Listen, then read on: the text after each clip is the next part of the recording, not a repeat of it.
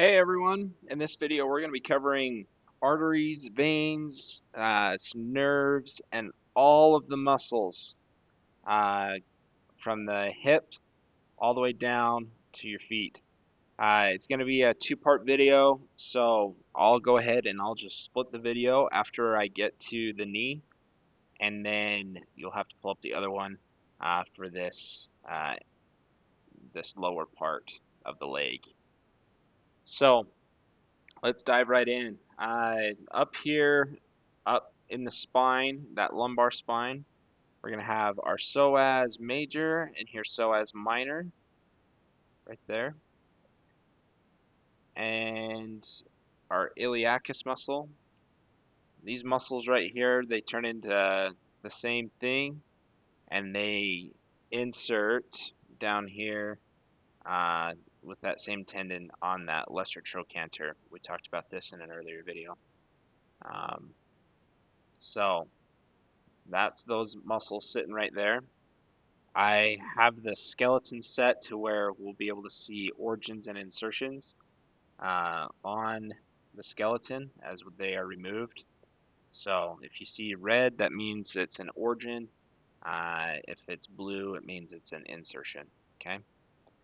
So here we have that inguinal ligament sitting right here, going from the ASIS down to the pubic crest. And then here is our external iliac artery and vein. And they are sending blood down the front side of the leg. And as soon as they pass underneath this inguinal ligament, they turn into the femoral artery and femoral vein. Okay. This femoral vein, what's interesting about it is it has a huge vein that comes down the medial side of the leg. And it's called your greater saphenous vein. And it is massive. It comes all the way down to here.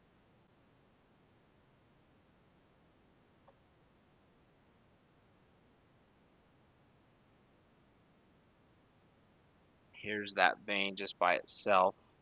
We highlight it. You can kind of see it in the purple here. And it connects back into that femoral vein, back into the common iliac, well, external iliac, common iliac, inferior vena cava, back to the heart. Okay, let's go ahead and get rid of this. And then we have this femoral artery sitting right here, and its branch is the deep femoral artery, or you might hear it as your profunda femoral artery. Profunda meaning deep. Just looking inside this pelvic inlet, if we were to have that internal iliac artery and vein, we would see where this branch is off. That's where it comes from, as well as the obturator artery and vein. And I'll show you that here in a second. Right here we can see this sciatic nerve, which is a huge nerve. Let's just isolate that really quick. It's very thick. I guess a close comparison is kind of like your brachial plexus up towards your arm. But the crazy thing is the brachial plexus has like a medial cord and a lateral cord, whereas like the sciatic nerve is just this huge, thick bundle that's all together by itself. So let's keep going through muscles. Let's start with the glutes here. So here's our glute max.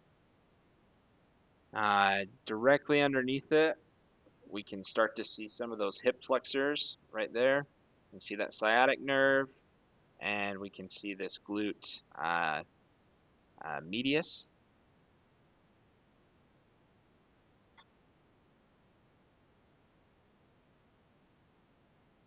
And just so you can see, if we isolate this glute max, it's on the sacrum, it's on the posterior side of this iliac crest, coming down attaching to the femur as well. Once removed, we can start to see a lot of muscles, your hip abductors. If we want to see them, go ahead in motion. These are all the muscles working right here. We can see that it's abducting that hip. If we were to do lateral rotation of this hip, we're going to get these muscles right in here, your hip abductors, pulling that leg open.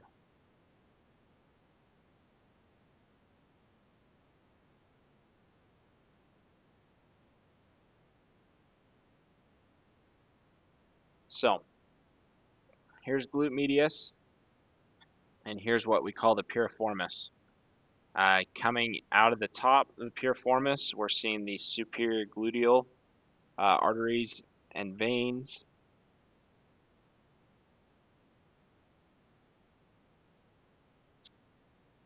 We'll get rid of glute medius, and then, oh no, now we have another glute muscle. You have 3 glute muscles. This is your glute minimus right here.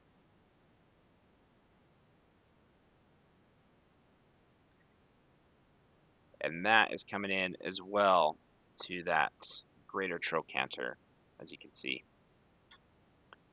I didn't show you this one, so let's pull this back up and isolate it. So glute medius, also connecting into that greater trochanter.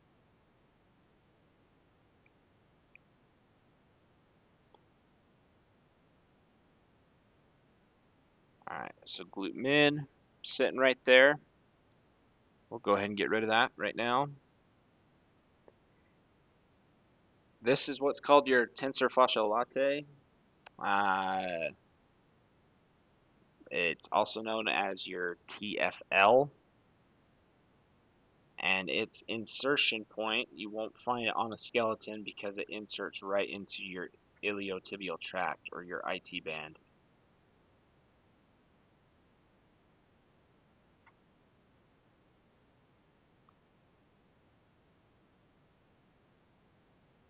And there's the IT band right there. The IT band connects into the pelvis as well. If we bring it all the way down, it connects into your tibia.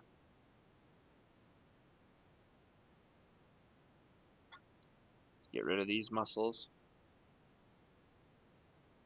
Now we're starting to see some stuff, huh? Down in here. Let's go through these muscles right here. So we have this piriformis, and right underneath it we see that sciatic nerve.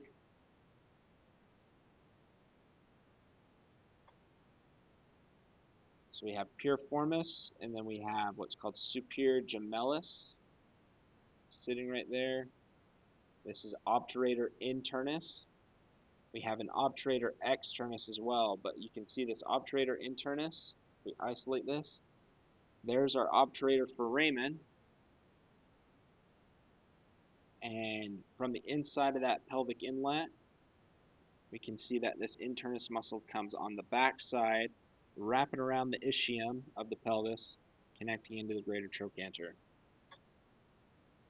Whereas for superior gemellus, just right here on this back side of the pelvis, into that greater trochanter, and piriformis, we'll isolate that. On the inside of that sacrum, come to that greater trochanter right there.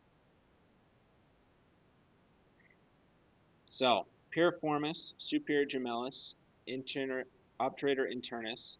Now we have inferior gemellus. So we have a superior and an inferior sitting right here.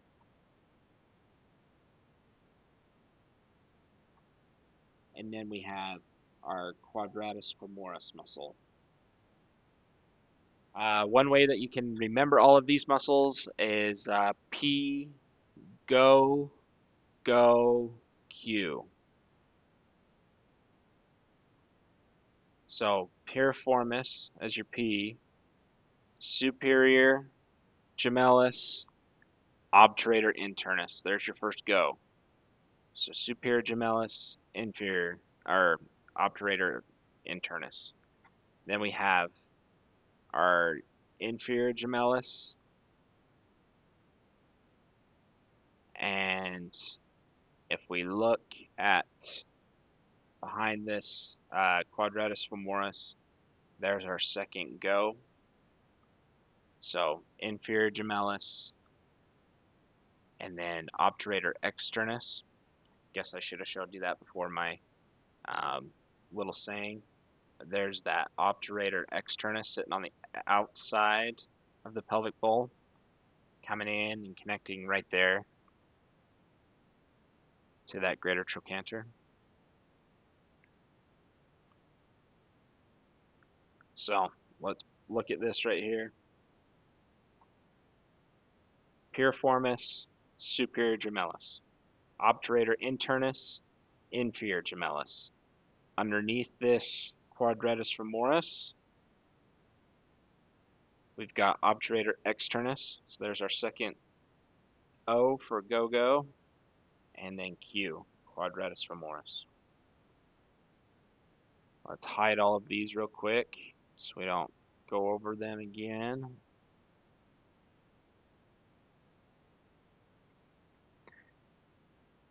Now we can really see that sciatic nerve.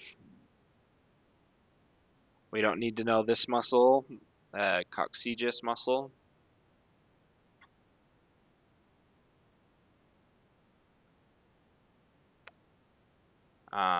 What we do need to look at is this obturator artery and the branch that it has. It is supplying blood to this ring right here. Let's actually highlight the branch. Now you can kind of see that ring. So that's that obturator artery supplying blood through there. And then we even have a branch that comes up and supplies blood in right there with that femoral head inside the acetabulum.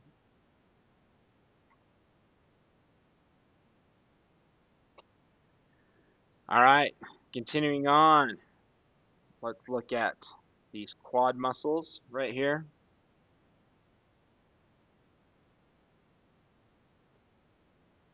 When it comes to the quads, you have 4 muscles, hence why it says quads. But you have 3 children and 1 redheaded stepchild. And so here's the redheaded stepchild, rectus femoris. If we isolate that top tendon right there, that origin, connecting into 2 different spots right there on the pelvis. But then it comes down into that common tendon, that patellar tendon is what we call it. You might hear it as the tendon of the quadriceps. So if we remove rectus femoris, we have a new head right here, and this is your vastus intermedius muscle sitting right there. That's one of the main children, is vastus intermedius, and it likes to hide. You can say he's the runt of the actual kids. We have vastus medius right here on the medial side. And then we have vastus lateralis sitting on the lateral side. I didn't highlight these or isolate them just so you could see them. There's vastus medius.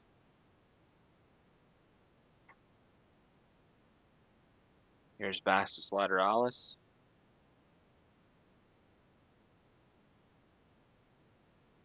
Let's get rid of that one. And then you can look at vastus intermedius.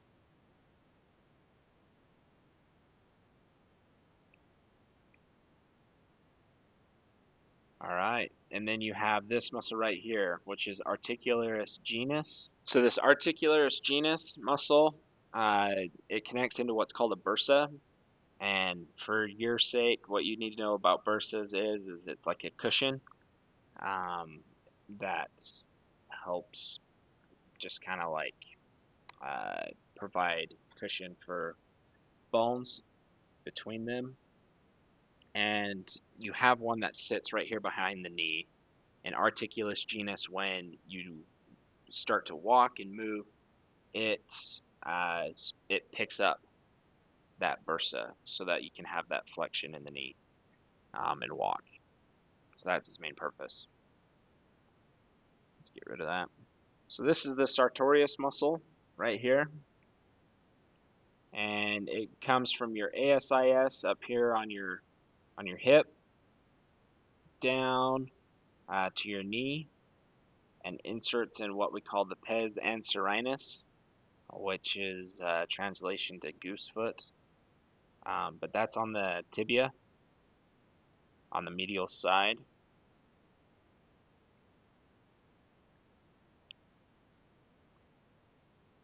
Now we've got all these arteries and veins we need to cover in here. So we have right here your femoral vein and femoral artery. We've got that deep femoral artery, and then we start to see this right here, the start of your circumflex artery. And it goes around the greater trochanter and around the head.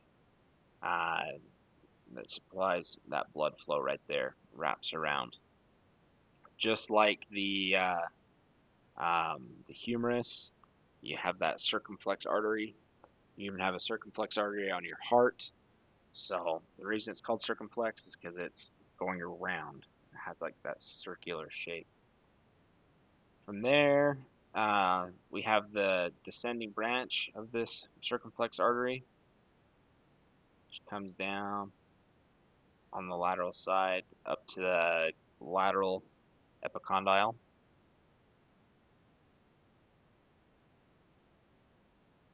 Let's get rid of these. So now looking at the medial side of the leg, we've removed the femoral artery and vein just so it's easier to see. But we are going to cover your adductors of the femur, and we're going to cover a muscle called gracilis and then pectineus. So gracilis is right here, sitting on this very most medial side. Let's isolate it. So there's the gracilis muscle.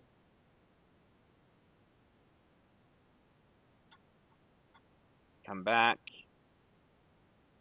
and then here is your abductor longus. Get rid of that.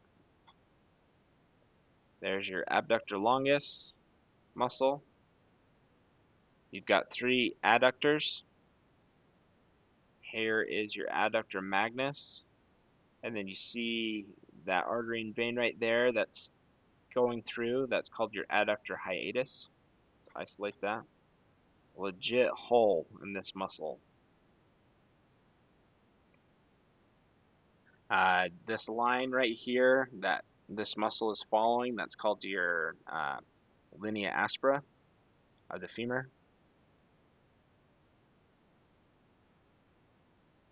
And it's connecting into that ischial part of the pelvis up there.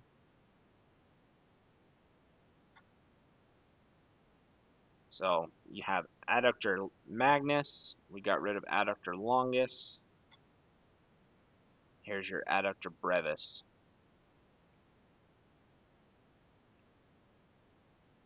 And then here's pectineus.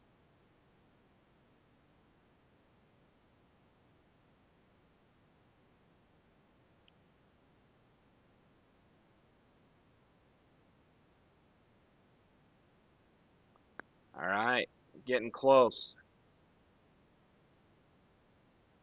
Looking at this backside right here, we're looking at our hamstring muscles. And there's still that sciatic nerve. This hole right here that we're looking at, this is called your popliteal fossa, and you can see artery and the artery in the vein. So this is popliteal artery and vein, and then you have the new branch off of your sciatic nerve, which is your tibial nerve.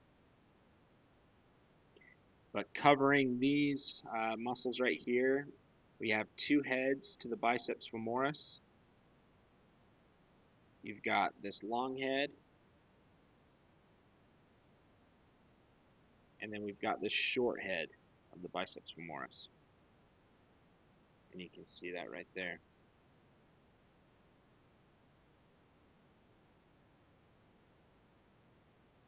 And that long head's coming down and connecting on top of that fibula, this lateral side.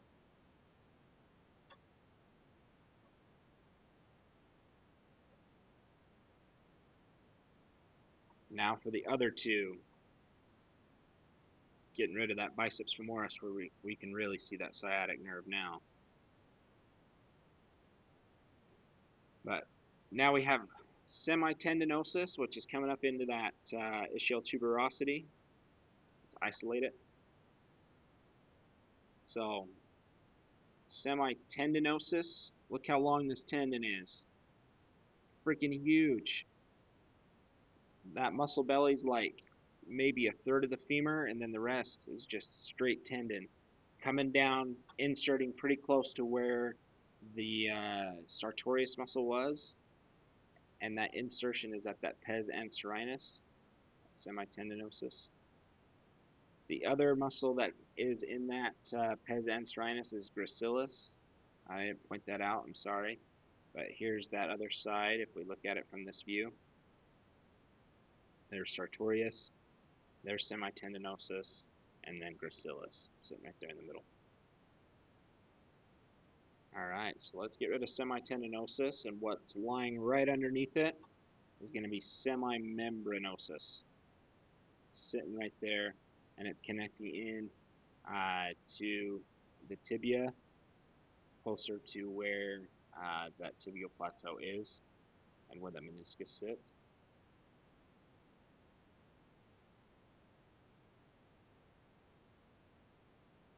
And there we are. We have covered all the muscles that insert into the femur. It is a beast. If you have any questions or you want to see another video about it, please go visit like my textbook videos. I covered those in more separate detail and breaking them up into chunks. I really did this video just so you could see blood flow and the muscles all together. So that way you can start pointing them out. I hope you quiz yourself as we went through it. Again, I'm going to break it up into two sections, so I'm going to end this video right here, and we'll start right there on the lower half. All right, I just want to give credit where credit is due. These are the books and the resources I used for the videos. So first we have Essentials of Human Anatomy by Dr. Kurt Walker. We then have Essential Clinical Anatomy by Keith L. Moore and M.R. Auger and Arthur F. Daly. I also used Structure and Function of the Human Body by Mark Nilsson and Jamie Garbett. The last book I have is The Concise Book of Trigger Points by Simon Neil Asher.